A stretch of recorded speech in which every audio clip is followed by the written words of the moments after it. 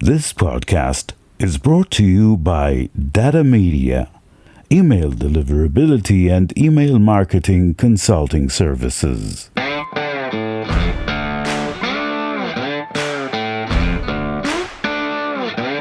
Deliverability is all about reputation. And it's not only about the brand reputation, the sender's reputation and the content, but it's also very much about the reputation of the IP space, the reputation of the ESP, and that reputation of the ESP translates into how can the ESP help the customer when they have issues.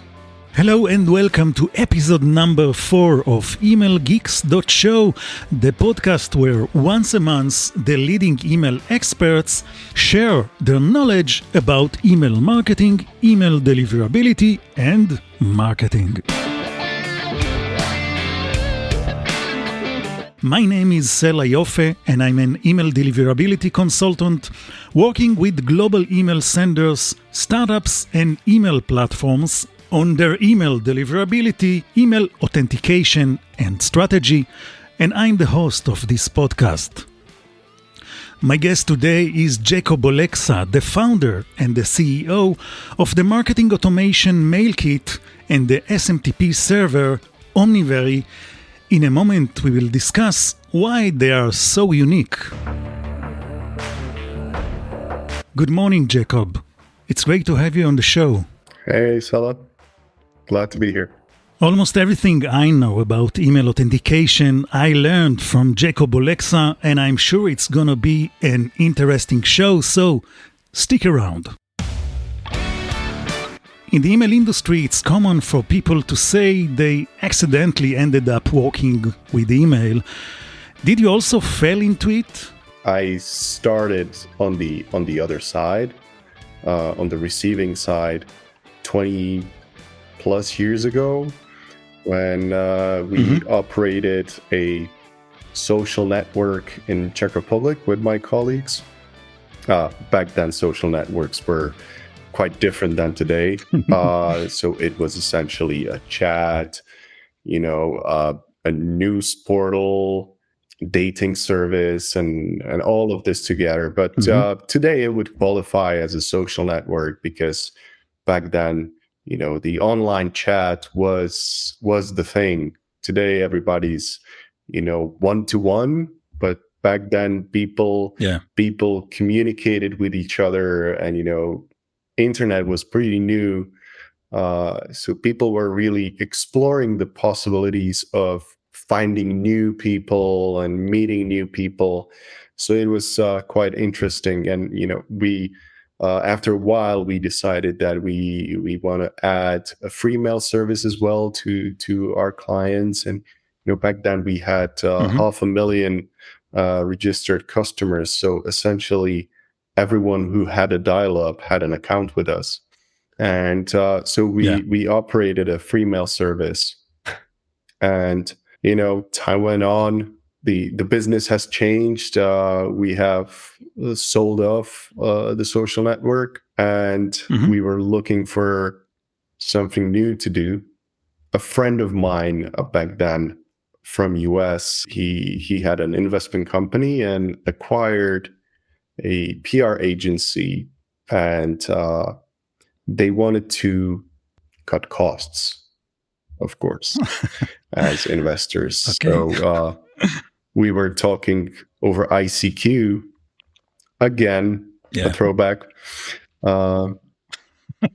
And he asked me if I could find him some tool that would automate all the email sending and publishing PR articles to the website and sending faxes and all of this that the PR agency was doing, because they had like a staff of 100 people just, sending faxes, emails, updating the websites, etc.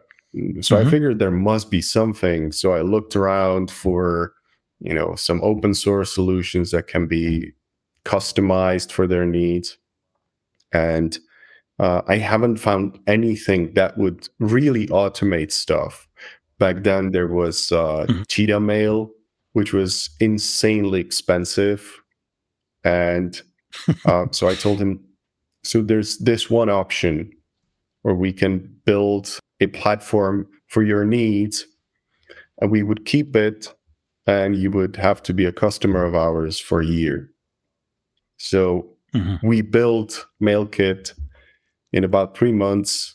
It was all about automation, sending out emails, sending out faxes, pulling in data from remote data sources.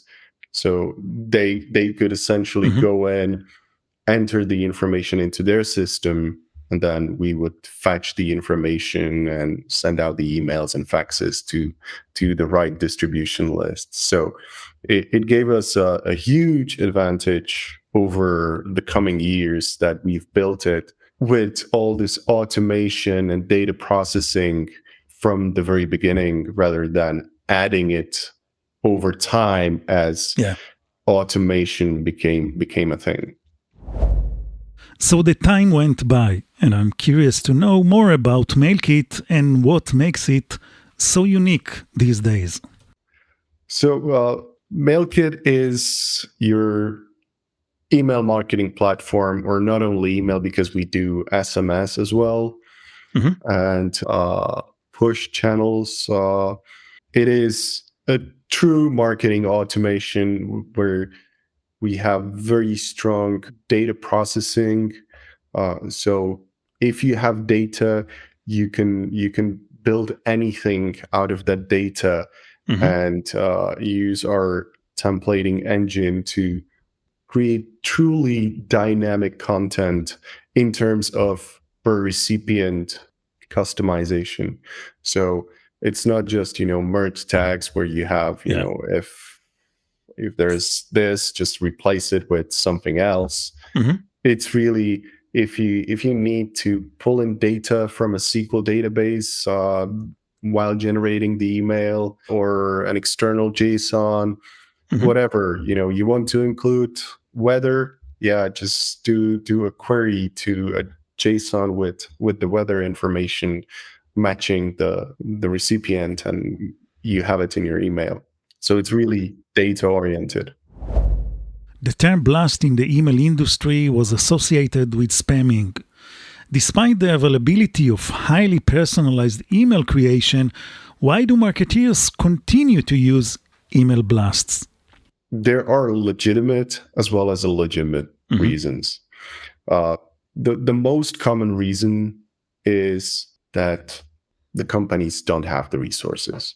Of course, that's not true if you use a platform that allows you to set it up once and create the templates properly to do this automation.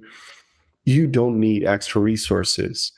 But the other aspect is that often marketers sell the email space, the product placement, to their partners. So let's say you have an Amazon store with computer products. You will likely sell some positions to AMD or HP, etc., and they pay you for promoting their products to your customers, but they're not paying you by success. They're paying you by email sent. And that pushes the marketers to do the bad practice, to send it to everyone, to have as big audience as they can get. So this partner pays for their mailing. There are so many email platforms out there. When comparing different email platforms, are there significant differences between platforms? Oh, yes, of course. The basic difference comes from the business model. So if you look at services like MailChimp, their business model is, we want a super simple tool that, the one-man show company with 500 customers can easily use.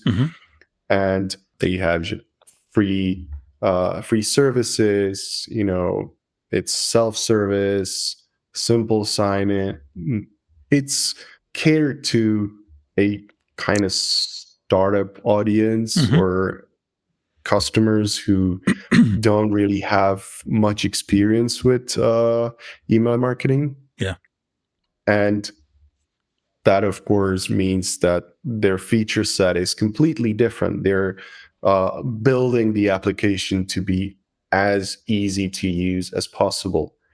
And then you have platforms that are more professional, that are trying to combine the enterprise world where we sit in, and the MailChimp world, adding the features from the enterprise while trying to keep it as user-friendly as possible.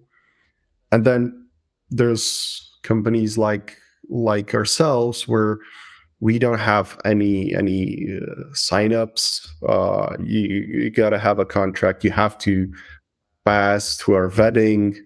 And if you pass our vetting, then we will be willing to sign a contract with you. But if you just need a platform that, is superb, but you want to send out stuff that doesn't meet our standards, then we will not sign a contract with you.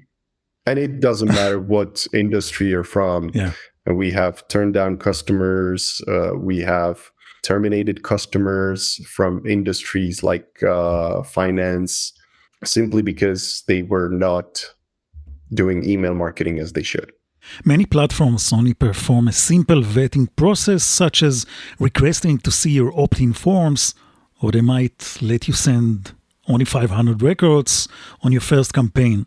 Many email platforms don't do vetting at all. Yes, I agree that it's very rare, but for us, that's your sweet spot, so to speak.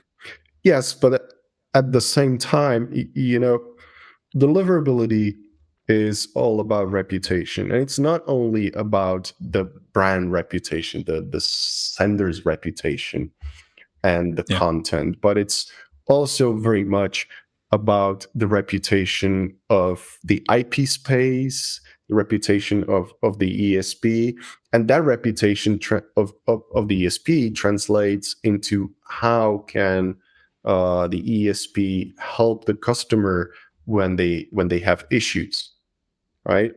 So if you're on a less reputable space, let's say Amazon, where anyone can go set up their account and start sending, obviously your deliverability will be impacted by others on that network. And your path to resolve those deliverability issues will be complicated by the fact that you're within a certain IP space and certain network with certain reputation. And our customers don't have to deal with that, because they know that we vet every customer, that we do check the content of the campaigns they're about to send, that we keep a very, very short leash on them in terms of the content, and that we have our own IP space, that we have our own autonomous system. So our network is our network. It's not part of someone else's network. And in addition to that, they know that they're not submitting their data into some global cloud where somebody will be able to potentially access their data, but where they will have to deal with a lot of privacy-related issues. We often get asked when we're doing the contracts, like, where's your list of suppressors? And our answer is there's none. We don't pass your data to anyone. We have our own infrastructure. It's all our hardware. Everything is ours. Unless you sign a special contract with us as a controller, instructing us to pass the data to a third party, we will not do that. So, for example, if you want to enable the integration with Google BigQuery, as many customers do, because they just want to push their data to BigQuery where they do another analysis. They have to sign a specific contract for that. If they want recommendations, okay, we will pass the data to the recommendation engine, but there must be a specific contract for that. A lot of email marketeers lack sophistication in their email programs. What do you think about that? Yeah, that goes back to where MailChimp is and tools like MailChimp. MailChimp is great for beginners. Yeah. And if we have a lead that, is asking us to, that they would want to use Mailkit because of the references, etc., that they want great deliverability, and then they tell us they send 100,000 emails per month, and they send 4 newsletters a month. Every Monday they do the send, or every Thursday, whatever, to their whole list, and they want to send with us. And our response is usually, are you sure that you're ready for a platform like this? You should probably go to MailChimp because of your size, simply because of your size and because of what you do. That's not really email marketing. From my perspective, that's email blasting. That's not really marketing. I'm not saying that we don't have customers who are even smaller. They send a couple thousand messages per month, but those are highly personalized, right?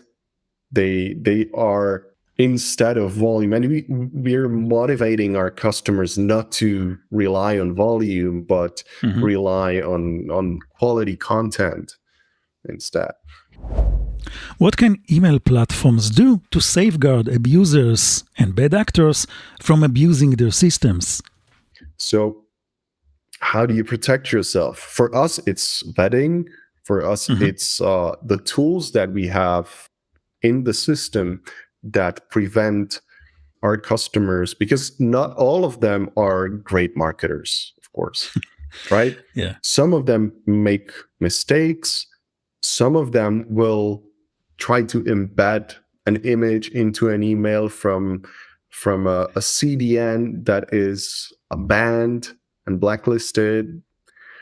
So they do a lot of stuff that would impact their deliverability and their success. So we have tools in the system that check for all these, whether it's a big mistake or a small mistake. We check for that and show them the spam scoring. And if they exceed a certain threshold, we won't let them send the message. We need them to fix it before they send it out, right? And then we have manual approvals. So if the system decides that there is something out of the ordinary about the campaign, it has to go through a manual approval process where our support will take the human eye and look at it and see, okay, what is it that has changed? Did they upload a new list, which is somewhat questionable, or the system perceives it as something that needs attention, or the spam scoring is not really bad. It's still below our threshold, but combined with the fact that it's a new list or anything, or that there was a long gap between sends, etc., they changed the frequency of their sends. All of these things are evaluated by our system, and then the human will look at it and see, okay, I can approve this, or I will reject it, get in touch with the customer, tell him, look, this is the problem, this is what you need to fix. It could be stuff like, very often we have customers who send in many different languages to different countries, and as they're preparing their initial templates, they do a lot of work on those templates, but they forget stuff like they keep the footer in one language, right? And suddenly they want to, all of the email is in Hungarian or German, but the footer remains Polish or Czech or English. So this is where we detect this, and our team will reject the message, let the customer know that they made this type of a mistake, that it needs to be fixed, and then they can just reschedule the campaign to be sent an hour later, right? Once they have it fixed. It appears that you are acting like an agency in that situation. Yes and no. We're not an agency, so we're not telling our customers what to do and how to do it and how should it look, etc. We've decided that we don't want to be this type of a company. We don't want to be the ones that are telling our customers what to do and at the same time charge them for doing it, because in the end, like, our motivation would be to tell them, well, send more, or you shouldn't do such a segmentation, you should do this, you should add more campaigns, do stuff that would we would be incentivized to do that if we were consulting them on their email marketing strategy. So we stay on the technical side, and our support will help them with technical aspects and the human aspect of email marketing, and they can consult to the extent, like, my opinion is that you shouldn't do this or shouldn't do that. We do not recommend doing this. We recommend doing that. But we're definitely not gonna tell our customers how to do email strategy. Anything that is related to how the email looks, etc. The world is shifting more and more towards domain reputation. Sometimes you can see Google Workspace IP with a very low reputation, let's say a score of 34, but still inboxing. So why it is so important to protect the email platform? Oh, of course. But that's a different story. That's too big to block, right? Yeah. But again, even though the world is shifting towards domain reputation, you have to keep in mind that domain reputation comes after the IP checks and IP reputation and IP space reputation, because that is simply much easier and less effort to block. If I know that this IP is questionable, then I will block this IP and I don't have to worry about domain reputation, content scanning, etc. Even though there is a big shift towards domain reputation, it of course shifts a lot of weight towards the sending domain. But that doesn't mean that the underlying IP space is not affected. If I let a bad customer onto our network, they start sending crap. Even if I put them on a dedicated IP, they will hurt your space. That bad reputation from that bad IP will trickle down to other IPs, but it will affect Mailkit's reputation as a network. So when I have a false positive somewhere and I reach out to Spamhaus, Siren, whoever, with, hey guys, I believe this is a false positive, need help, need mitigation with this, they will be like, hell no. We're seeing all this stuff coming from your network, so we are happy to help, but you have to do your job. You have to get rid of the bad senders. And the fact that the reputation will be on that specific domain will not have an impact. Yeah. Right? So I want to have a clean network, and I want to have a good reputation as an ESP. So when I reach out with an issue, and false positives happen, and they happen all the time, right? I need to be able to reach out to the providers and be able to resolve the issue. And it does, to me, it's not a question of whether it affects 30% of the traffic or 0.3% of the traffic, because the money is in the long tail. It's not only in the large mailbox providers, but a lot of very small ISPs have a lot of users that are generating big bucks for the brands. An email platform can be compared to a car. You can easily see the user interface, the shape, and the color, but the important components are hidden under the hood. What do you think about this analogy? Well, it's difficult. I don't think it's like a car. I think it's more like a plane, or you should think about it like a plane, because when you're buying a car, you care about the superficial, and maybe you care a little bit about what's under the hood, what type of engine you have, does it have enough horsepower, etc. But usually you buy your car for 3 years, right? Yeah. Changing an ESP every 3 years is not really the best idea, right? So you shouldn't be looking at it like, this is what I need now. Right now, I need to send emails. But what is it that I will need in 2 years, 3 years? And our customers, our lead time is like 9 to 12 months before we sign a customer. Wow. And then it's another 6 to 12 months for them to properly integrate.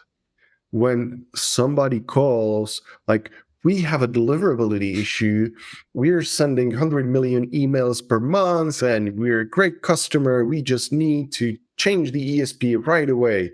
We're like, no, because that's not how it works. It just cannot be done.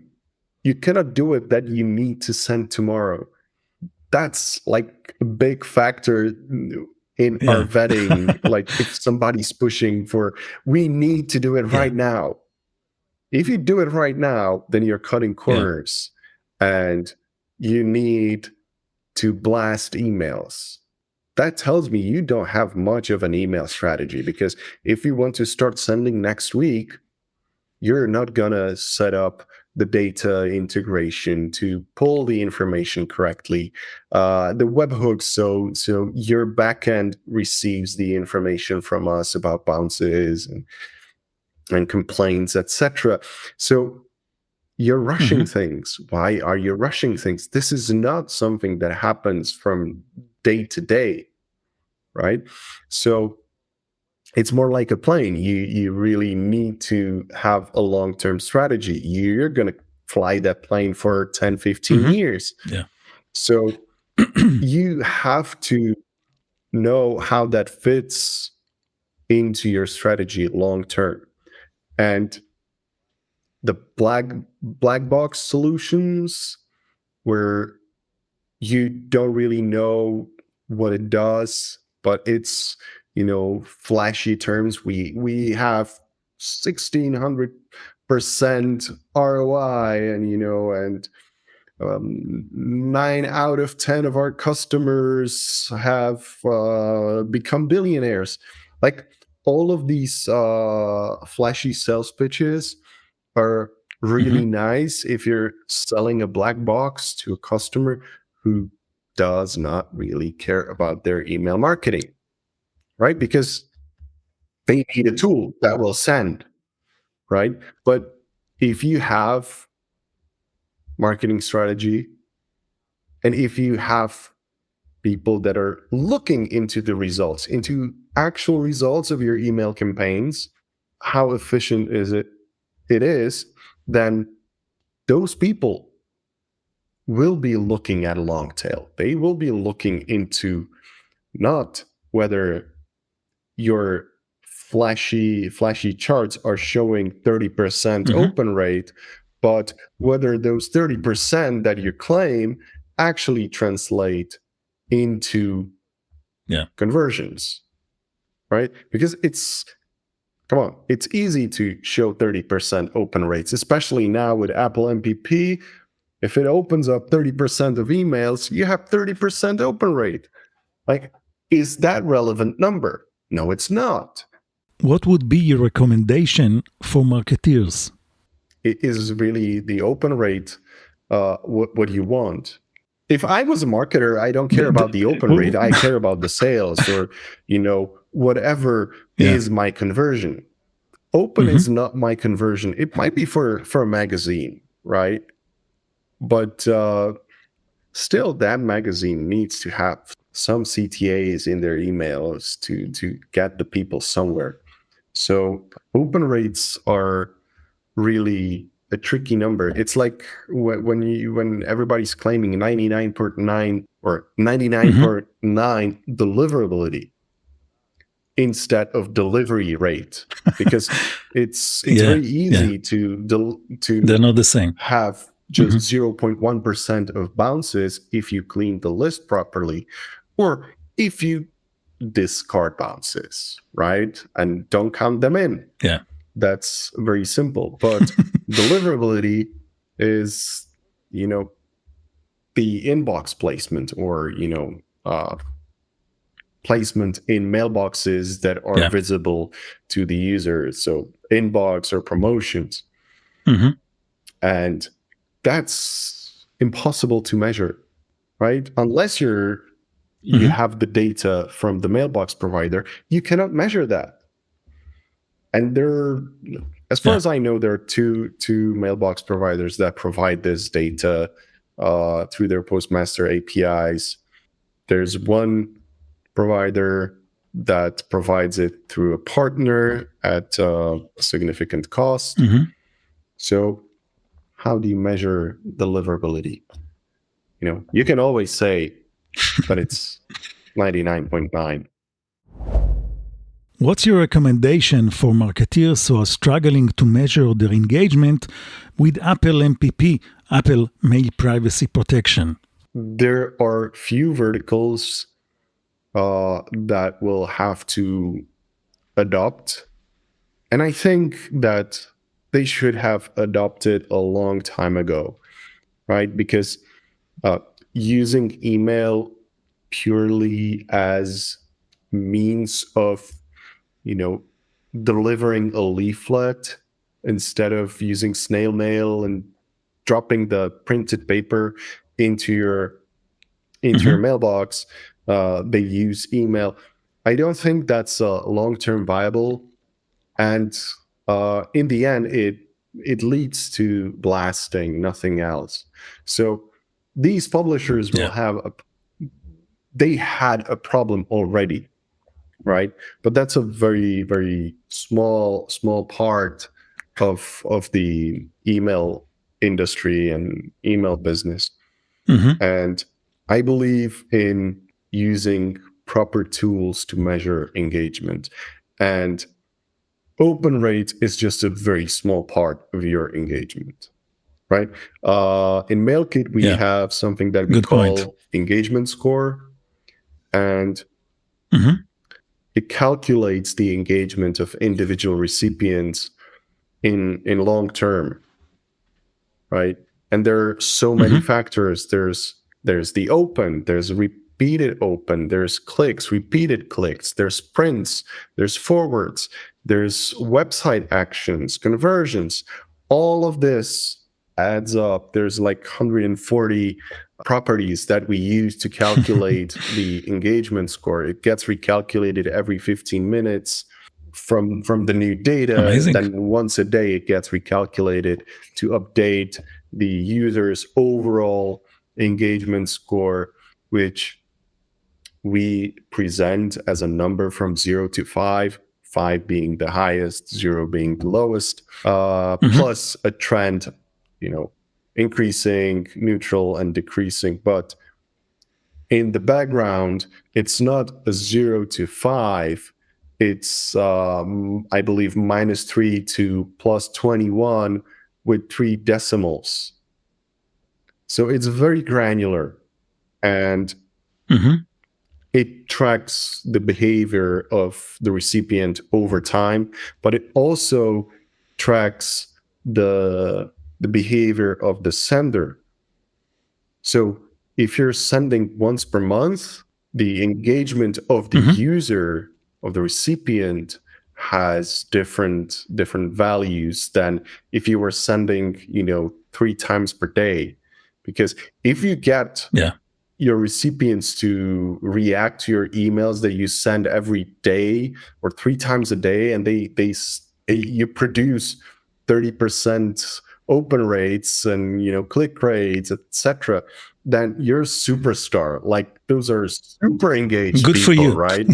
If you send once a month and you get the same results, that doesn't necessarily mean that they're super engaged, right? They're not annoyed yet. So there's the difference. And when MPP started, we monitored it for a week to see whether, what's the impact and how does it impact the scoring and everything. And we figured out, we found out that it doesn't really have any impact on the scores, because from our system perspective, it's a bot. And we've been detecting bot clicks and bot opens, so-called non-human interactions, for the past 5 years. So this is there's the difference. And when MPP started, we monitored it for a week to see whether, what's the impact and how does it impact the scoring and everything. We found out that it doesn't really have any impact on the scores, because from our system perspective, it's a bot. We've been detecting bot clicks and bot opens, so-called non-human interactions. So this is just another non-human interaction that we discard, right? And you might say, well, you discarded my opens, but I haven't discarded the engagement of the user, because the engagement is the click, is the conversion, is the repeated open, etc. That's something where we get the additional signals that are of a higher value for the engagement, and therefore the MPP didn't have the effect that we were worried about, that it might affect the engagement scoring. But the same thing can be said about the standard non-human interactions. It's just that many systems don't detect those. Right? MPP is super easy to detect, right?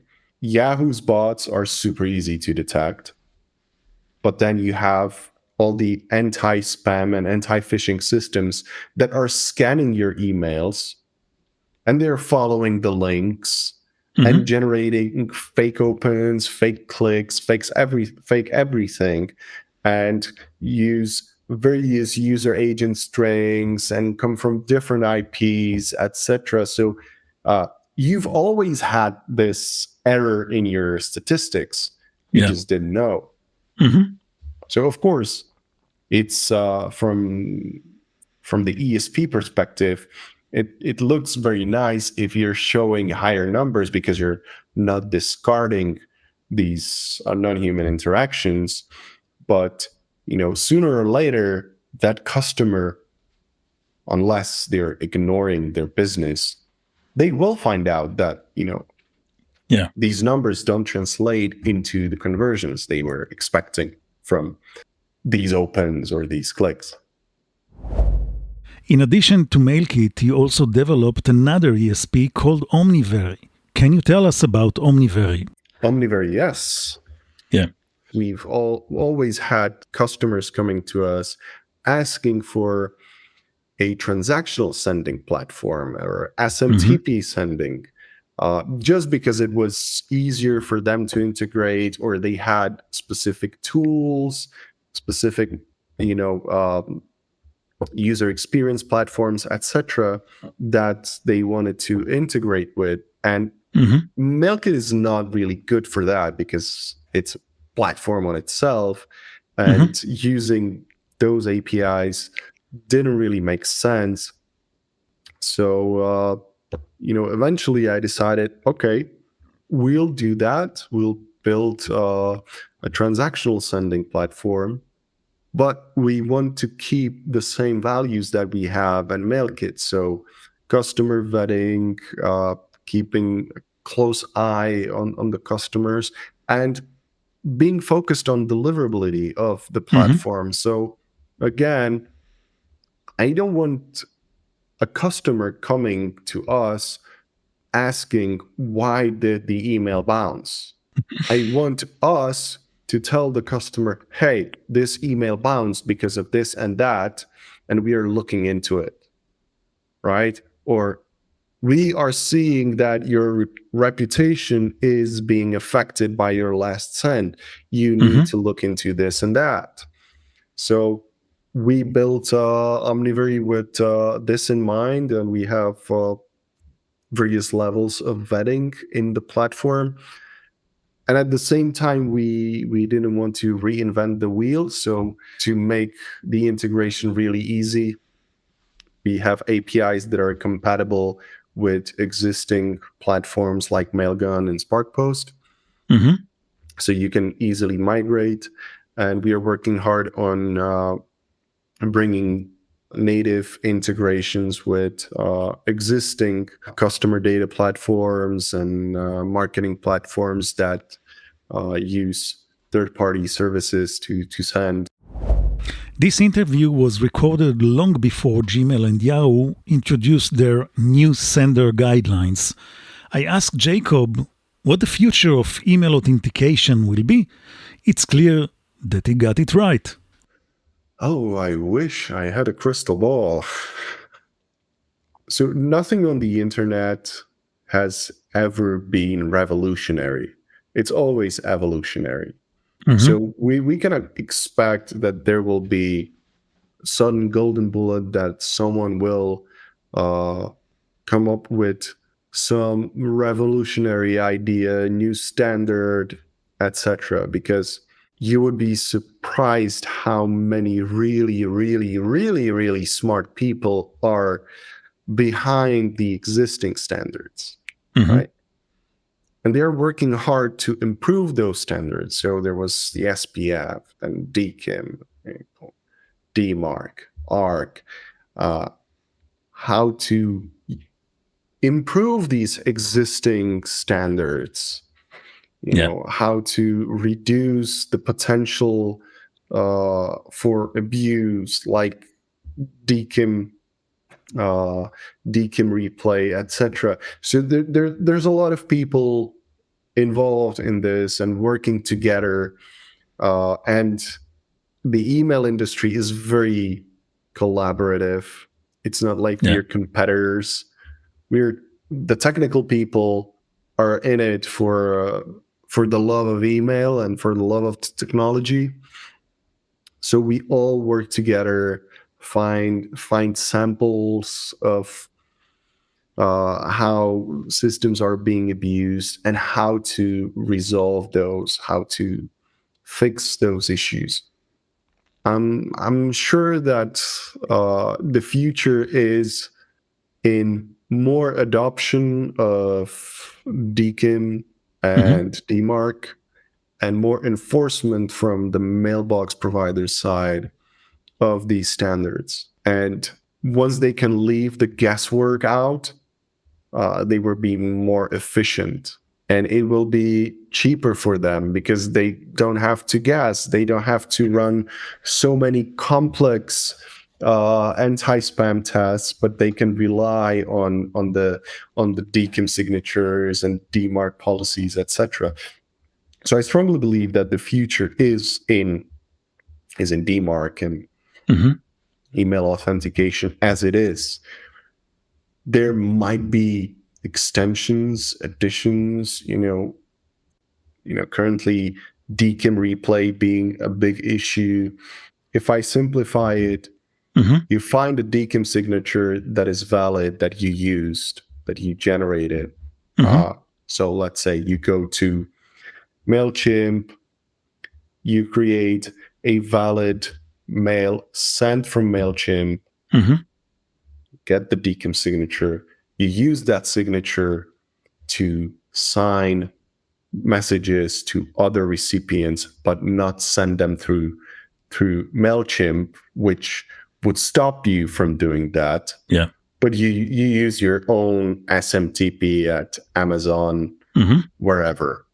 Using this DKIM, the same DKIM.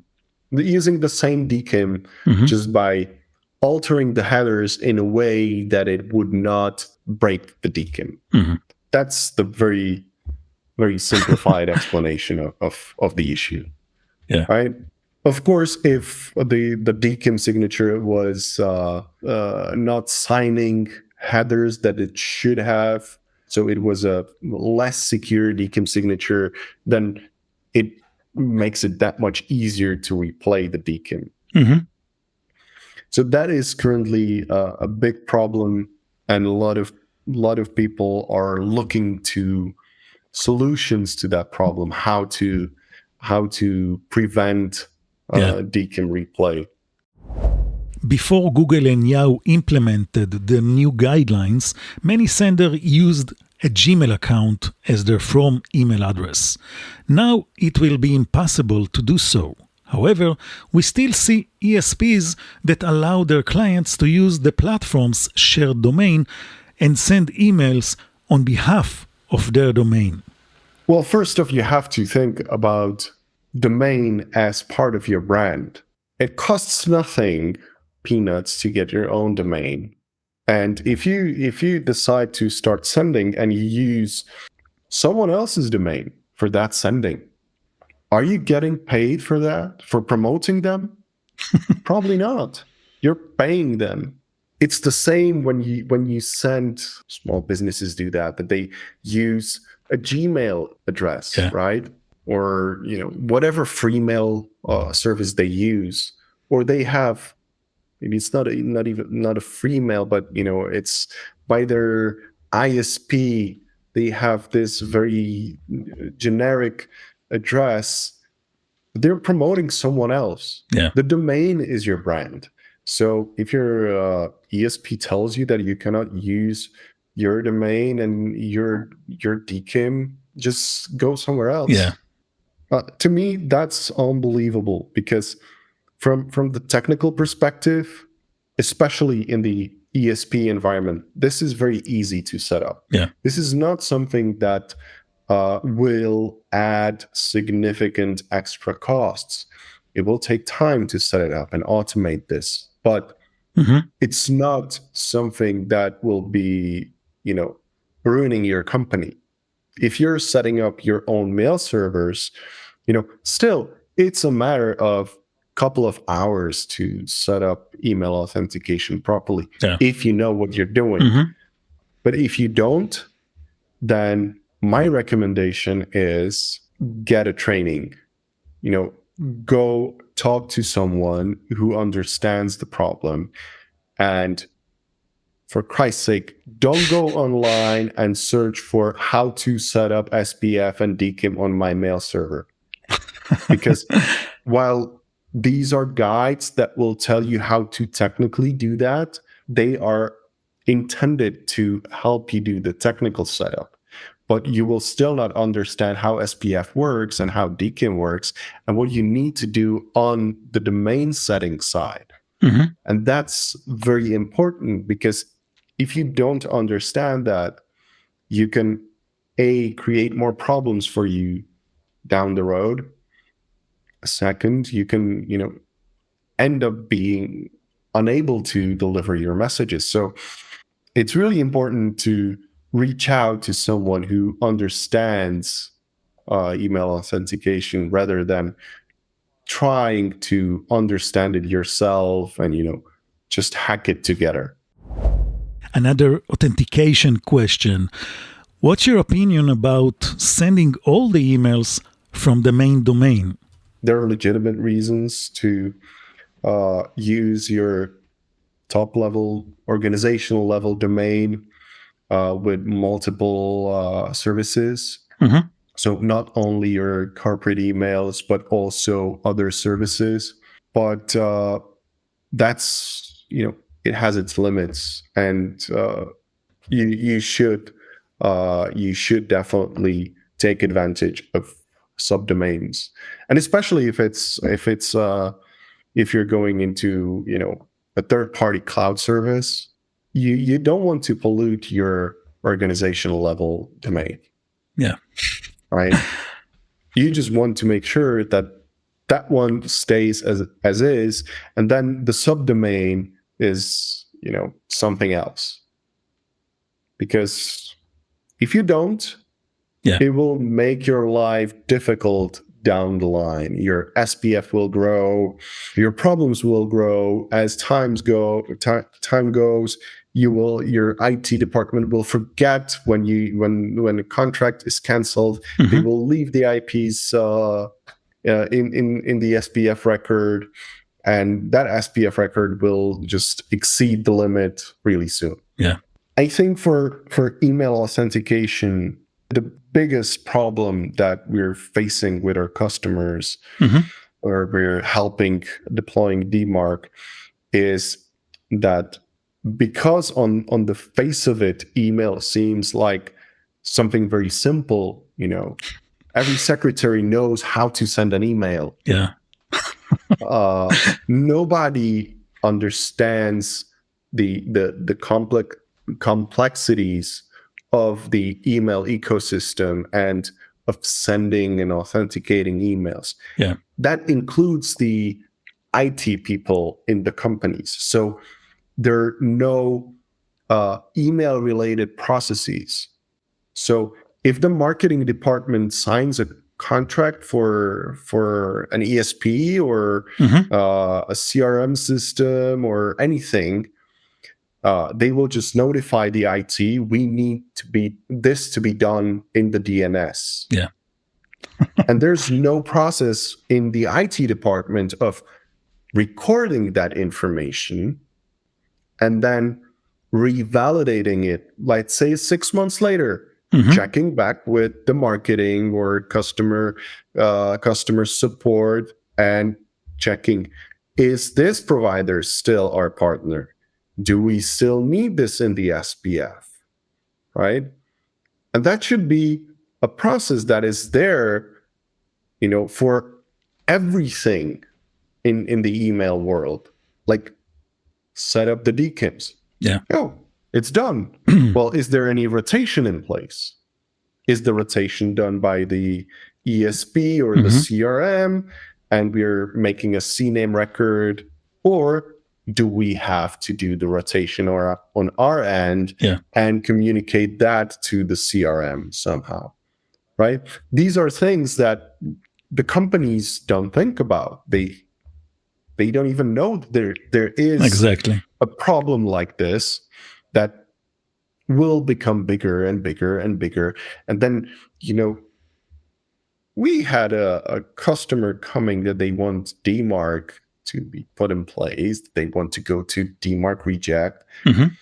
And they had an SPF record that was authorizing, that had 37 DNS lookups, while the limit is 10.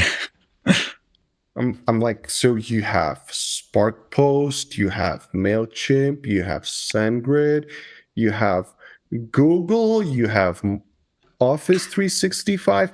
Do you have all of this? You're authorizing like 50% of the internet to send on your behalf, right? And they were like, no, those were terminated years ago. Like, and why is there an SPF record authorizing them? Like, that's a liability for you. You can't go to reject. It will take months to get to reject. Yeah. And then, then when you start monitoring the DMARC reports, and a lot of people, a lot of the companies say, oh, we have a DMARC record. And I look at it and it's a DMARC record that only has P equals none. Nothing else. No reporting, nothing. A worthless record. Yeah. So it's a pointless record. Why did you put it there? Yes, because they read an article. You need to deploy DMARC. So they read, oh, this is the DMARC record. And that's it. But it's about the reports analyzing the value that DMARC provides and implementing the steps based on that information. Yeah. So, once you deploy the reports, you're suddenly surprised that there are 30 sources that you had no idea about sending on your behalf because this branch set up something and that branch set up something, and this IT guy has a server running from home, sending some monitoring emails, etc. Yeah. So it's quite revealing, and then the security people are like, wow, just wow. Yeah, that's a really bad practice when there is a mailbox that nobody reads, or we've had someone telling us, oh yeah, when we have time we look at it. Like, you look at the XMLs? Really? You read it just for the fun of it? So while it might seem like email is super simple and that email authentication is super simple and there are a bunch of guides, they're step 1, step 2, step 3, done, you're authenticated. It's not that simple. And avoid these guides, please. The email landscape is constantly evolving. I'm interested in hearing your perspective. One day your deliverability drops and you suddenly start seeing errors. It could be that something got misconfigured on your end. It could be that some mailbox provider changed their policies. They suddenly consider something as spam, and it hurts your reputation. It's a lot of things, and that's changing every day. And systems are getting more and more automated, and that also leads to problems and mistakes in those systems, right? It's one thing to be in this industry for 15 years, but that industry changed a lot. It changed a lot in the past year, right? As more and more systems are using more advanced AI for spam filtering and new reputation systems are being built, this is changing the email landscape in a way that the marketers don't see. But we on the deliverability side of things, we're seeing this. We need to adopt, and we need to make changes. Email by default is not a guaranteed channel. It's not something like, I send an email, it will be delivered. No, it was built for the nuclear war. Yeah. So it tries to get delivered as much as possible, right? But it's stateless. So once you send it, it tries to find a way to the destination. But what it does at the very end is a different story. Thank you very much, Jakub. It's been a pleasure and very educating. I'm happy I had the chance to talk to you. Happy to come anytime and talk email marketing and deliverability. Some of the topics I could talk about for hours. Yeah. Like anti-abuse and deliverability and looking, analyzing logs and looking into how to get stuff delivered, because quite often people think delivered is delivered, but it's not only about whether it got delivered and didn't bounce, but it's also about maybe there was a remote bounce that was ignored. A lot of ESPs don't bother processing remote bounces. Or you might have misconfigured your DNS records and the remote bounces are not coming to you, stuff like that. And there's a ton of valuable information in that, even though it's the long tail, but it's an important long tail. And also, it's not only about whether it was delivered or not, but also about, how soon was it delivered? Did it take 5 minutes? Did it take 5 seconds? Yeah. Did it take 5 hours?